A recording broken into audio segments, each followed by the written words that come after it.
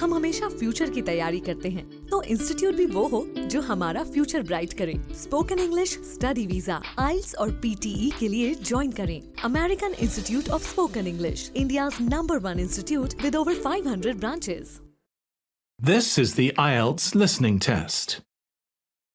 You will hear a number of different recordings, and you will have to answer questions on what you hear. There will be time for you to read the instructions and questions, and you will have a chance to check your work. All the recordings will be played once only. The test is in 4 parts. At the end of the test, you will be given 10 minutes to transfer your answers to the answer sheet. Now turn to Part 1.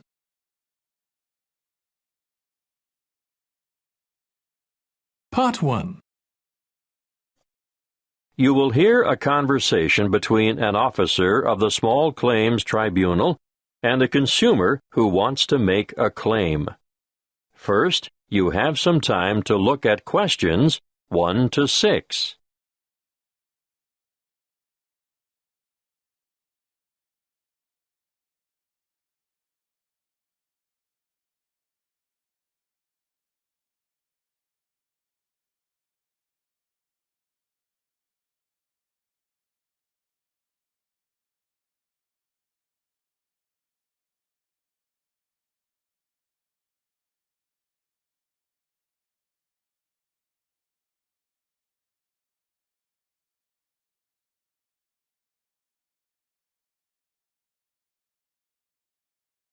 Listen carefully and answer questions 1 to 6.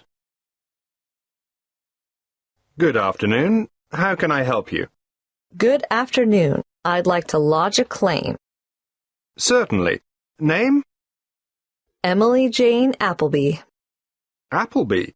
That's an unusual name. Sorry, what did you say your first name was again? Emily Jane. Now, Miss Appleton, could you please fill in this claim form? I've never done that before. Can you help me?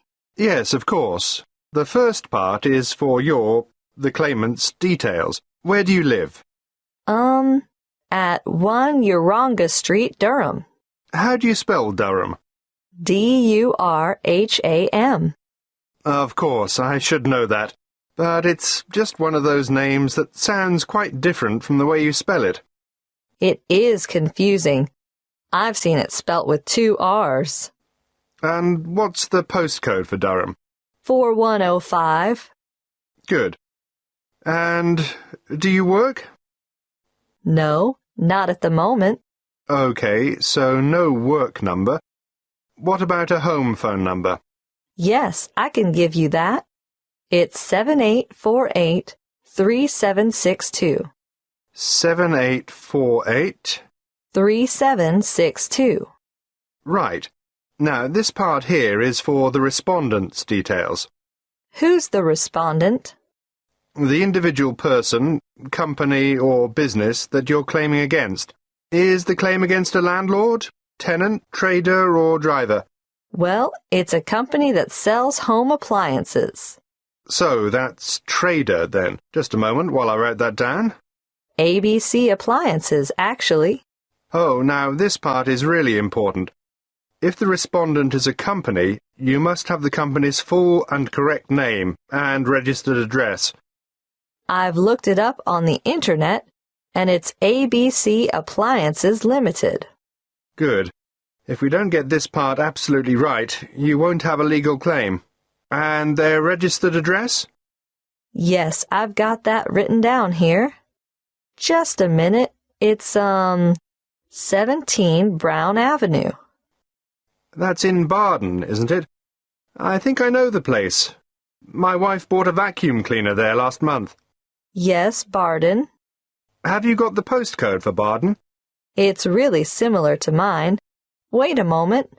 I'd better make sure I get it right. 4065.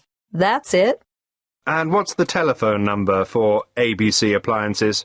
Oh, 7232-4681. Good. Got that. Now, in the third part of this form, we get to the actual goods or services that are in dispute. I assume you made a purchase from them. Yes, that's right. On the 3rd of February, 2011. And did the goods have any sort of guarantee or warranty? Yes, but only for 6 months. So it was just a 6-month warranty. Yes, they offered me an extended warranty for 3 years. But I would have had to pay extra for that. Oh, I see. Before you hear the rest of the conversation, you have some time to look at questions 7 to 10.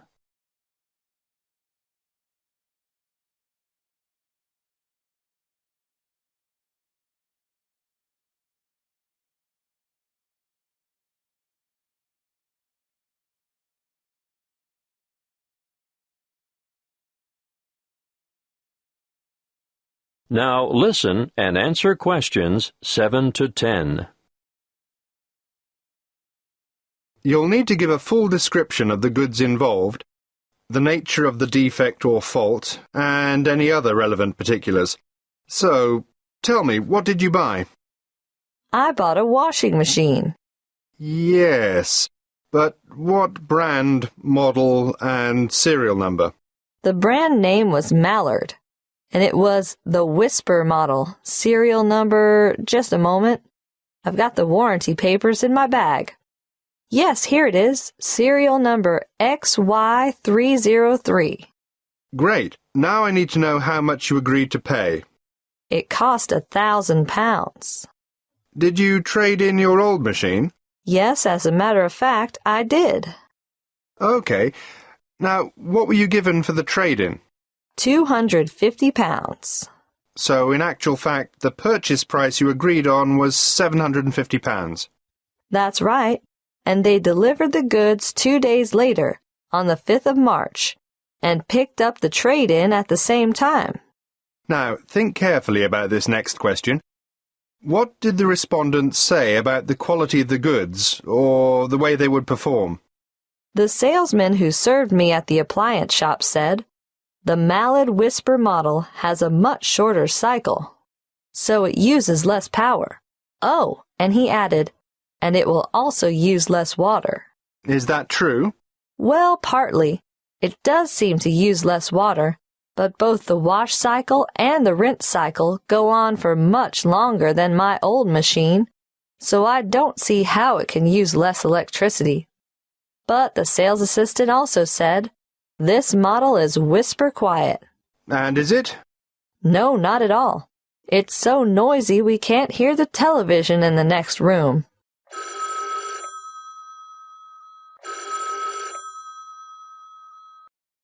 Excuse me, I have to answer that.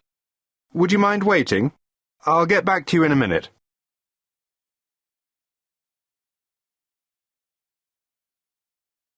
That is the end of part 1.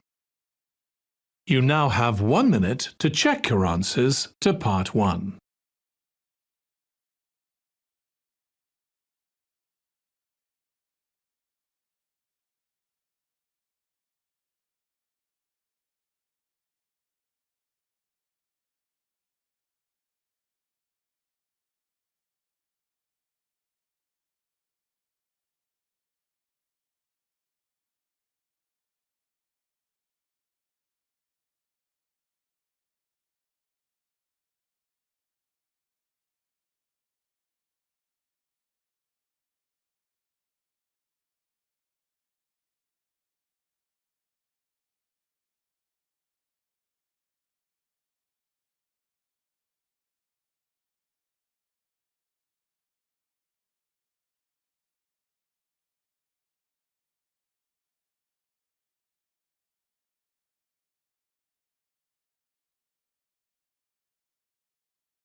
Part 2.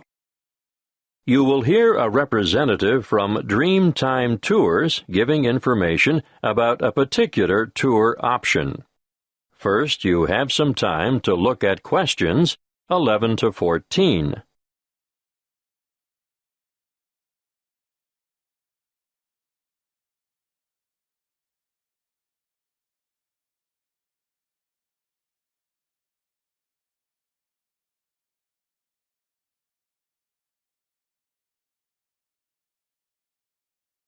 Listen carefully and answer questions 11 to 14. Dreamtime Tours have just the tour for you. The one I have chosen to talk to you about today is what I consider our best tour. It will take you from coast to mountain and back again. You'll spend a memorable and very comfortable day traveling in air-conditioned luxury. You'll see from our brochure that we have 4 pickup stops along the coast, and about 20 minutes after we pick up our last passenger for the day, we'll be stopping off briefly at a magnificent housing development, marina, and shopping complex. You'll be able to admire some of the most expensive and lavish houses on the coast. And here we'll take a quick walk around the waterfront. Now, despite its name, Hope Island, we can reach it without getting our feet wet or taking a boat ride. Hope Island is connected to the mainland by bridges. From there, we head inland to the beautiful Tambourine Mountain. You'll have time to browse in the many specialty shops, or you can sit and relax at a friendly outdoor cafe. We board the bus again and pass through an old timber milling town on our way to O'Reilly's Green Mountains. Once there, you might wish to venture across the famous Treetop Walk, which is a bridge suspended in the canopy of a rainforest. Definitely not for the faint-hearted. If you're not up to the excitement of this walk, or perhaps after you've done it, why not enjoy lunch on the balcony of O'Reilly's restaurant? Before we leave, you'll have time for a stroll through the botanical gardens, or perhaps you'd like to feed the beautiful parrots and other birds. We'll supply the birdseed. From O'Reilly's, we travel to an alpaca farm for a demonstration, and of course, there'll be a photo opportunity for you with these gorgeous animals before returning to the coach for the journey back to your original departure point. Before you hear the rest of the talk, you have some time to look at questions 15 to 20.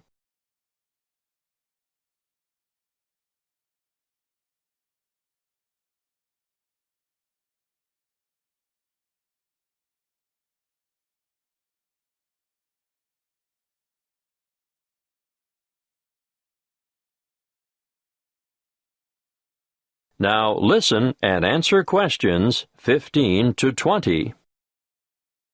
If I've persuaded any of you to sign up for this tour, take a look at our Dreamtime Tours brochure. You'll see that you can book over the telephone, or you can make reservations through the reception desk.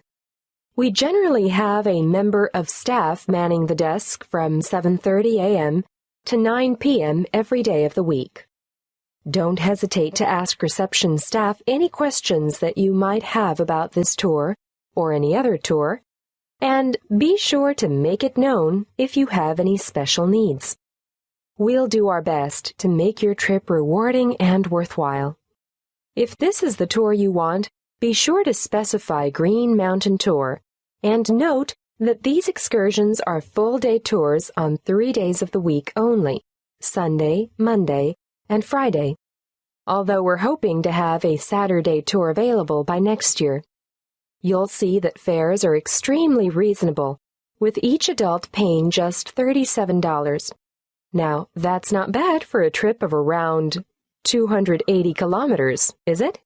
If you want to bring the family, obviously, the Family Pass is great value at $94. That includes 2 adults and 2 children. But if you're an older adult, over 65, in other words, a senior citizen, your fare is discounted too. You'll pay a bit less than the full adult rate. Please note the departure times. We adhere to these strictly. The coach will leave the southernmost point of Coolangatta at 10 to 8 sharp, travel through Burleigh, and on to Surfer's Paradise, which is our most popular pickup point, departing from there at 8:30 in the morning. At 8:45, we make our last pickup at Labrador. May I remind you to dress appropriately for the day? Ladies, no high heels, please. Comfortable walking shoes are what is required, and I always recommend that everyone takes a light jacket because the mountain air can be quite cool compared to the heat and humidity of the coastal regions. Oh, something else I should remind you of. The prices quoted in the brochure are just for coach travel, although we can arrange for a minibus to collect you from your accommodation and bring you to the departure point free of charge. If you want to avail yourself of this service, be sure to let the booking clerk know. You will need to bring along extra cash or a credit card to cover expenses such as optional side trips, food and drink, and, of course, entrance fees to the various attractions.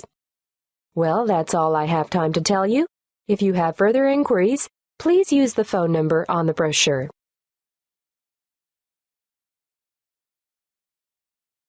That is the end of Part 2. You now have 30 seconds to check your answers to Part 2.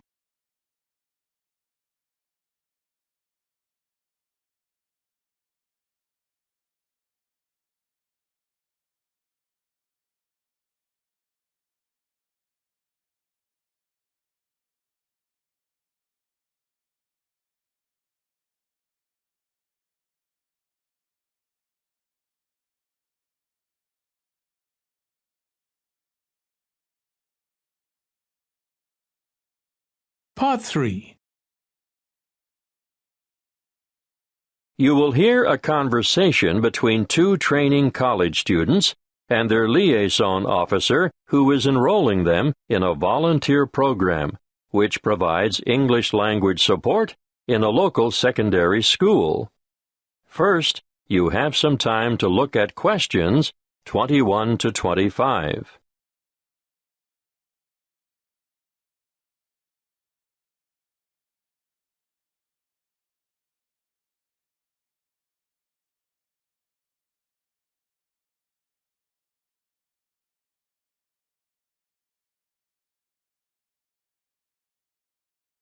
Listen carefully and answer questions 21 to 25. Come in and sit down, Lester. Sharon, I can see you're keen to know more. To start with, I'd just like to say that we value volunteers highly and recognize their importance and assistance in the provision of quality education. Thank you. We're looking forward to helping out. But what exactly can we do? Volunteers can undertake a range of tasks. In general, they enrich the English language program and complement the contributions of salaried staff members.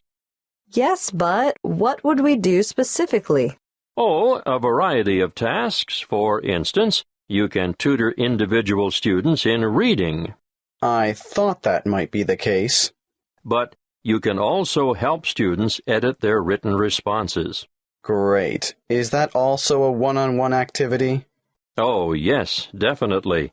But volunteers are also called on to assist in designated classes. And what exactly would we do there? Well, it depends on the class, of course, but usually you take on the role of an assistant. A teacher's assistant. Yes, that's it. Sounds like fun and good preparation for our own careers. Then, an enormous area of assistance is developing students' organizational skills. Yes, I can imagine that's why some of them are struggling in the first place. There's also the special needs unit. They always need volunteers there. But we have no training in special needs. That's not necessary. These students just really appreciate having any extra attention. Sometimes help with the simplest things, like holding a pen correctly. Well, that's something all able-bodied students should learn. I've noticed some of the strangest pen grips amongst my peers, and I'm sure they must end up with sore hand or shoulder muscles at the end of the day. Yes, I'm sure you're right. The other task I'd like you two to help out with is encouraging and improving the students' work ethic. Oh, I can't imagine that'll be easy. No, but it is important, and I can give you some training in that field. That'll be good. I should also point out that you'll be working alongside quality teachers at times who are not only caring role models but excellent motivators. Well, we should learn a lot from them. Yes, the teachers you'll be assigned to are innovative and very responsive to the different needs of individual students. If that's true, they must be adept at a variety of teaching styles. Quite right. You know, part of my mission is to forge close partnerships between experienced teachers and trainees like yourselves. As far as I can see, everyone has something to gain from the exchange of information and skills, not just the students you're helping.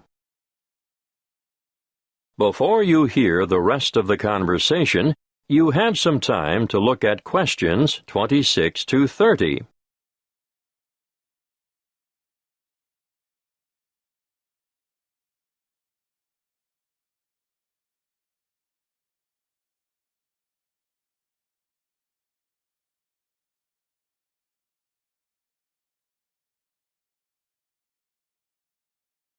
Now listen and answer questions 26 to 30. There are a number of interesting developments going on at the moment, and I've chosen you two because of your varied academic backgrounds. Now you, Sharon. I majored in business studies before I came to Teachers Training College. Yes, exactly. Well, I've always been more interested in science, marine biology in particular. Yes, I think it's quite exciting. The school you're going to assist at is augmenting the number of vocational learning experiences offered within its subjects. Educational philosophy these days seems to recognize the importance of increasing practical components in the curriculum. Areas of development being pursued include building and construction, agriculture, business education, and hospitality. But the Marine Studies course is already well developed. Oh, now I see where we fit in. You'll find that the school has an excellent library and audio-visual collection. There are 3 computer laboratories and a special needs network with 6 stations. Ah, they are well equipped. Wait till you see their independent learning center. What's so special about their ILC? They have the most sophisticated self-learning software I've ever seen in this region of the country. Really? Uh-huh. And there's a wide number of extracurricular activities, an extensive sporting program. Oh, sport? Not my thing at all. Well, no, maybe not. But they also promote students' participation in different scholastic competitions. I'm impressed. I think we're going to enjoy this.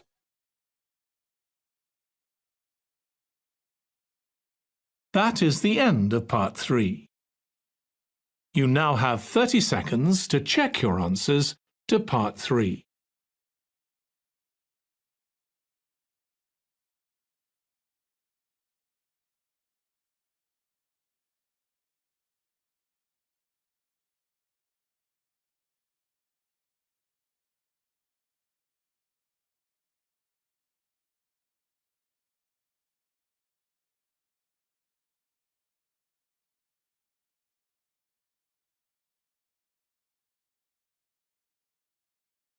Part 4. You will hear a talk by a health studies lecturer on anxiety. First, you have some time to look at questions 31 to 40.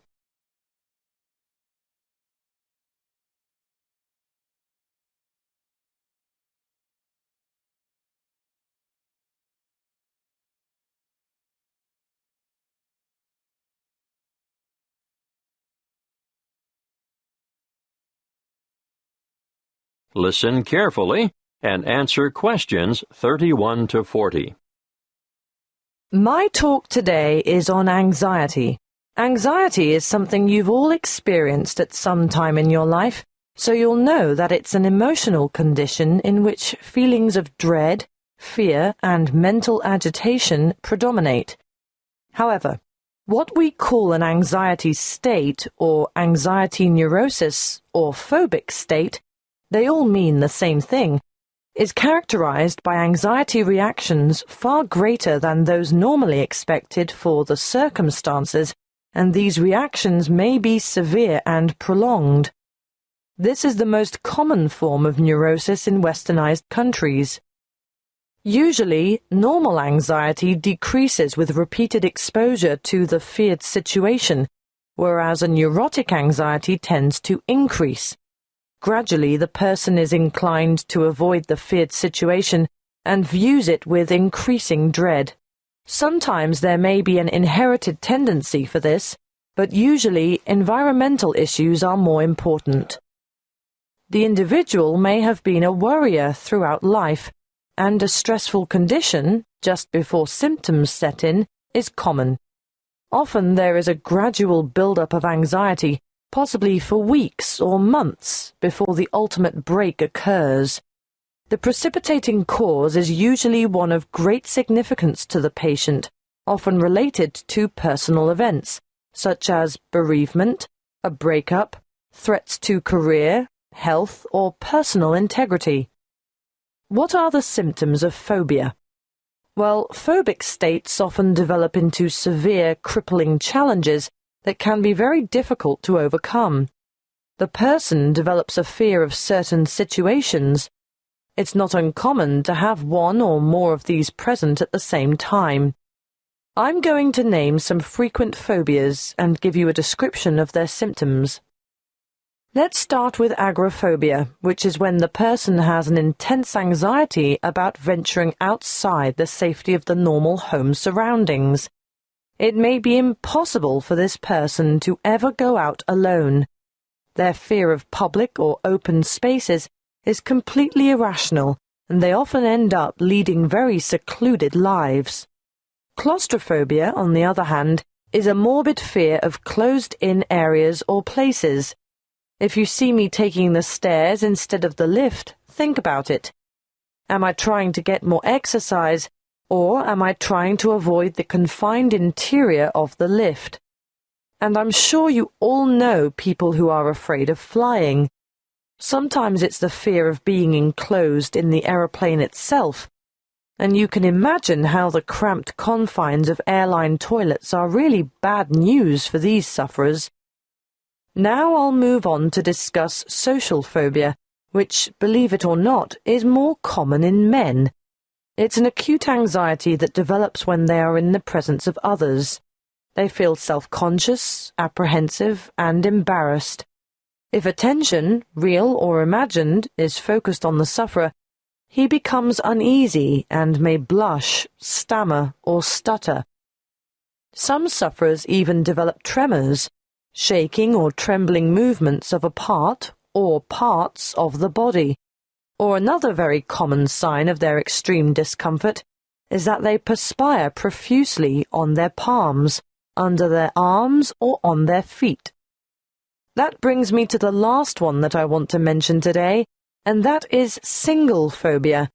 And no, it's not a fear of lifelong bachelorhood. This one is actually precipitated by an acute aversion to dogs, cats, spiders. You may have heard of the term arachnophobia. Well, it applies specifically to spiders, but any single thing can basically cause a strong aversion. Snakes, frogs, mice, or rats, for instance. I can assure you the list is unlimited. You name it, and someone is sure to have a phobia about it. Some people are terrified of the dark, for example, and I'm not talking about young children here. You'd be surprised how many adults are afflicted in this way. Well, I see our time is up. Next week I'll go into some of the treatments and therapies for phobias that have been used over the ages, and some of the relatively new drugs that have recently come on the scene. That is the end of Part 4. You now have 1 minute to check your answers to Part 4. That is the end of the listening test. In the Ielts test, you would now have 10 minutes to transfer your answers to the answer sheet.